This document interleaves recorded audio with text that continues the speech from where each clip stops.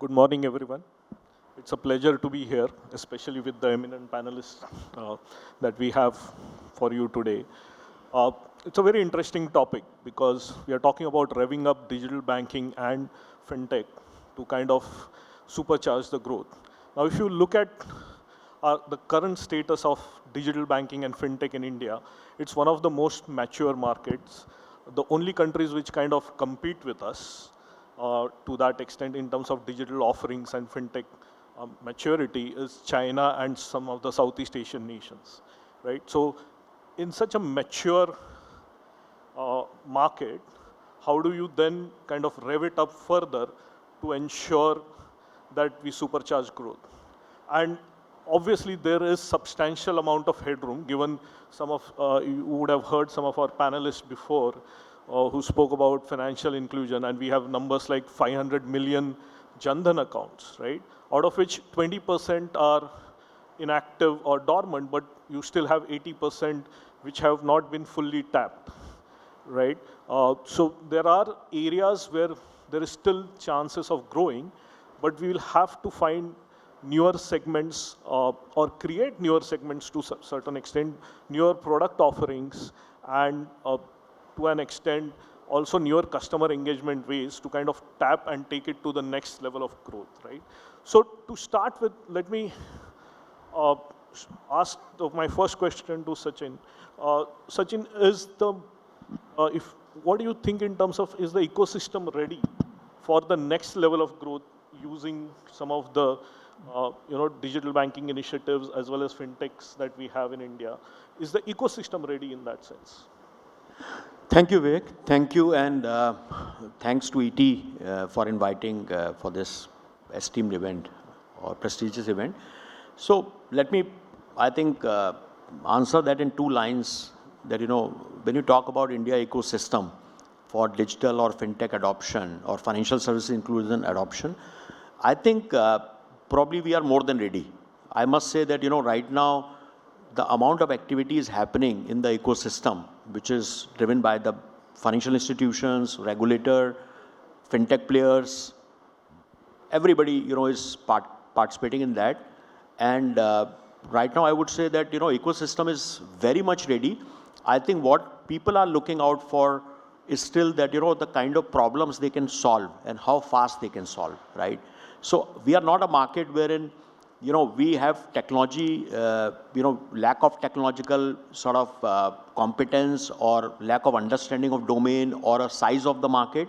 I think it's all about how we are able to identify some of the problems and convert them into the real solutions. So short answer is yes, we are very much ready, and we are over ready, I must say. That's a great answer to start with, Sachin. Very positive note. So now that we know, because of the digital and public infrastructure, we've kind of brought in a lot of people into the financial services fold in the last few years. But primarily they've been on the back of Jan-Dhan and UPI, right? So pretty much savings and payments segments of it. How do we kind of broad base their participation in the financial services ecosystem in terms of making them credit ready, explore investment opportunities, go more deeper into insurance and other offerings? Thank you, Vivek. Thank you, ET, for having me here.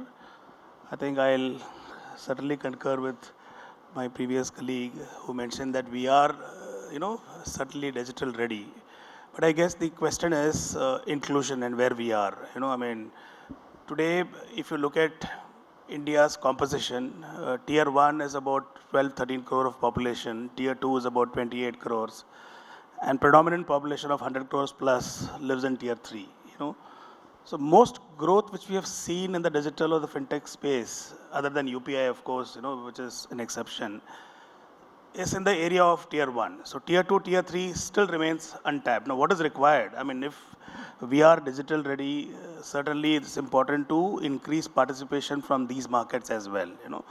While Jan-Dhan accounts was a beginning, it's a great effort to empower people with banking. It is now important that we focus on financial literacy first. So in these Tier 2, Tier 3 cities, working out programs in educating communities in partnership with NGOs, government is crucial to tell them why lending, how do you go about borrowing money, how do you take an insurance, why do you need to save money. At the end of the day, financial literacy will play a very, very critical role in creating that inclusion which we are all looking for, number one. Number two, we need to design products that will suit those markets. I mean, today we can't have one product for all, right? I mean, there are products which work in tier 1 cities, to some extent in tier 2 cities as well. So do we have the right products, affordable products, for these markets to buy, I mean, either borrow or buy an insurance plan, be it health or be it motor, you know? So somewhere designing of innovative products is crucial if we have to make inroads in this, you know, in these markets. Third, accessible distribution channels. Now, I mean, all of us know that we talk digital and digital is the future. There is no doubt about it. But somewhere between the revolution of digital reaching out tier 3 cities, a phygital model is equally important, where I think people in these tier 3 cities are more comfortable in still meeting somebody in talking about finance, right? I mean, first they need to be educated. And I'm sure once he's educated, he's not going to go online and buy everything. You need somebody physically present to guide him and mentor him. So what we have done as an organization is we have created, you know, some kind of a network in 97% of India's PIN codes. And so has many microfinance institutions and other companies which have done this.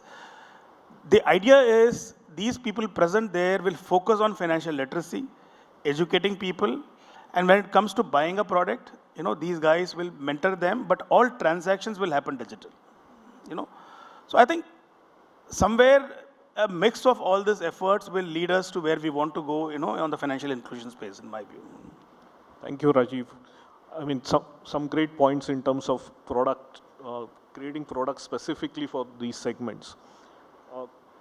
So while financial inclusion kind of drives towards bottom of the pyramid segment, Sachin, we have a young population as well, right? And in the earlier session, we spoke about Gen Zs, etc. How do we kind of identify some of the newer segments? And this could be variation not just based on age and all, but in terms of profiles, etc. How do we identify newer segments, create products for those specific segments, and a different kind of customer engagement models? Which are the segments you think we should focus on for the next level of growth? Great. So I think, first of all, I think very good point made by fellow panelist Rajiv, because see, I think in previous panel also we heard that we are already pretty high on the digital literacy part, right? Social media uses in India is among the highest in the world, right? I mean, data uses per person is also very high. Some of our YouTube channels, some of our highest consumption globally. But financial literacy is where we are lacking. And I think Rajiv made a very good point that, you know, adoption of any innovative products, whether, you know, customized to a certain audience, cannot take off without having a financial literacy, because financial products are a little bit tricky and people always have a fear and lack of trust in their mind, and they always feel that, you know, unless they understand the product, they just don't want to, you know, take it, whether it's an insurance or whether it's even investment or whether it's different kind of things, right? Coming back to the point Gen Z, I think I know that nowadays two Zens are very popular, one Gen Z and Gen AI, right? So I think I'm sure he has a question about Gen AI also, but Gen Z, let's talk about that. I just want to put a question, I mean, you know, thought process to all of you. I don't know, I mean, most of you who track the news, there is a trend in India at this moment. This trend is that there is a CASA deposit is reducing. When I say CASA, obviously I'm talking about the SA side, which is saving side, because CA is more on a current side, which is not business. Now, SA deposit is reducing significantly. Most of the banks are struggling with liquidity to, you know, lend, because they want to build their asset book, but they don't have that much of liquidity. And some of the top banks are in that category at this moment.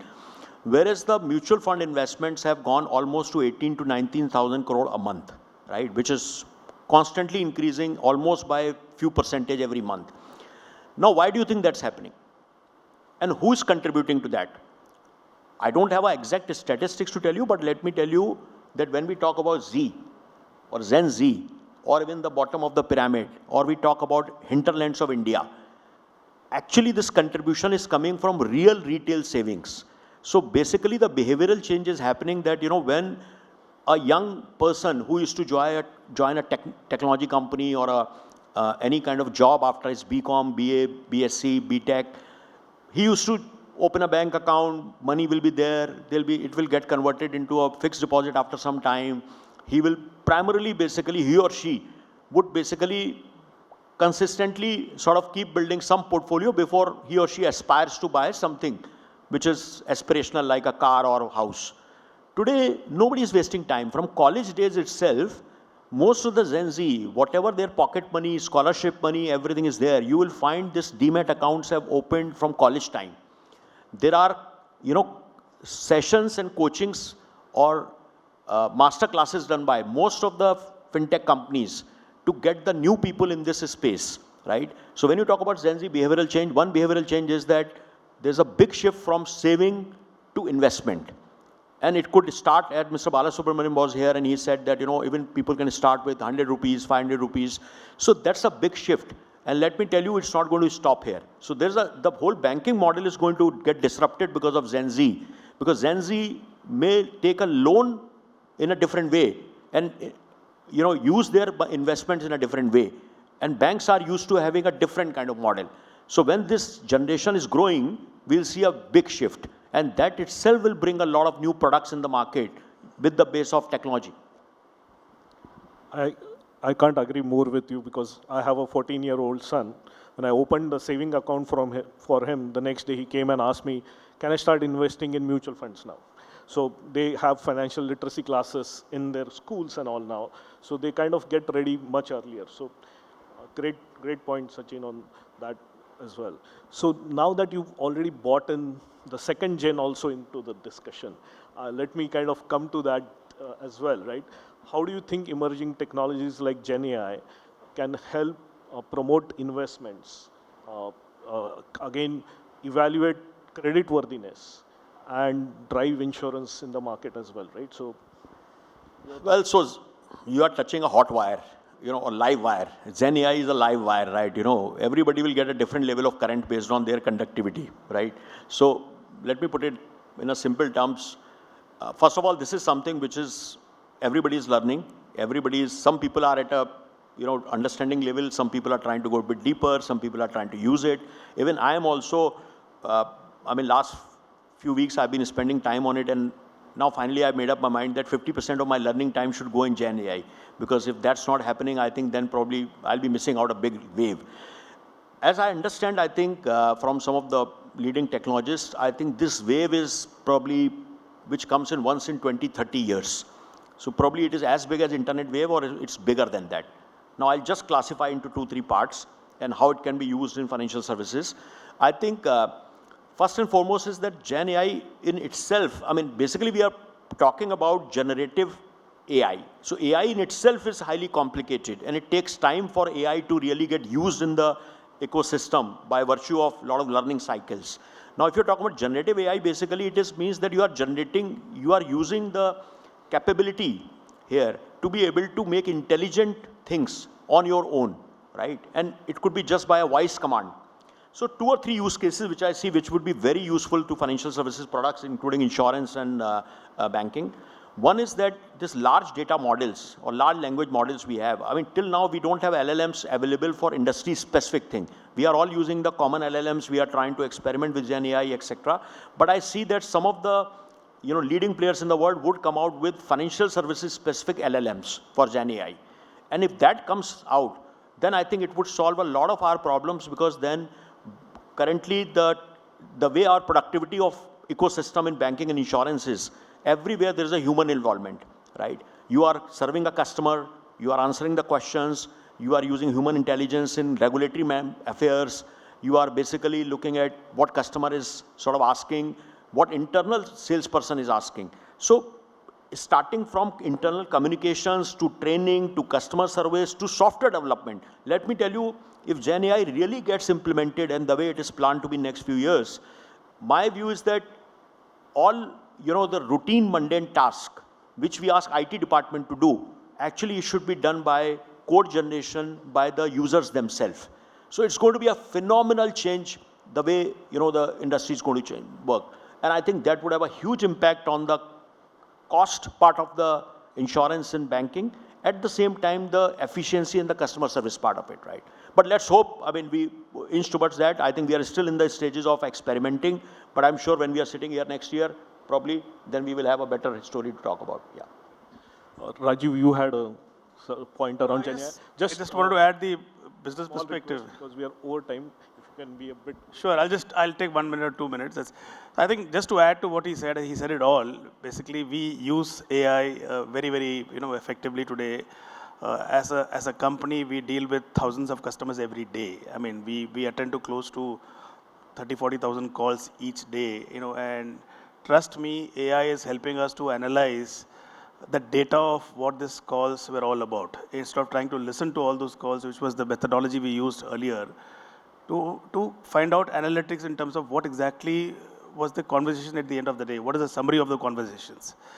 Bringing in efficiency in terms of processing the information we have, algorithm-based lending. I think all this certainly helping us to scale much faster than we ever thought. So I guess AI is already making the difference. And generative AI is going to be the future, there's no doubt about it. Thank you, Rajiv, and thank you, Sachin. I think the topic is so interesting, we could have gone on and on, but in the interest of time, I'll just kind of summarize in the end what I kind of got as insights from both of you. One, financial literacy will kind of drive the next level of growth, but also some of the customer engagement models will keep changing now. With things like embedded finance and all kind of coming in, you will have to create fit for purpose products. There will be miniaturization of products to an extent. And also the technology is now ready to kind of drive it along with the ecosystem. So thanks for your thoughts, and I'm very positive that the digital banking and FinTech world kind of will help supercharge the next level of growth. Thank you. Thank you, everyone. Thank you so much. Thank you. Thank you, Vivek. Thank you.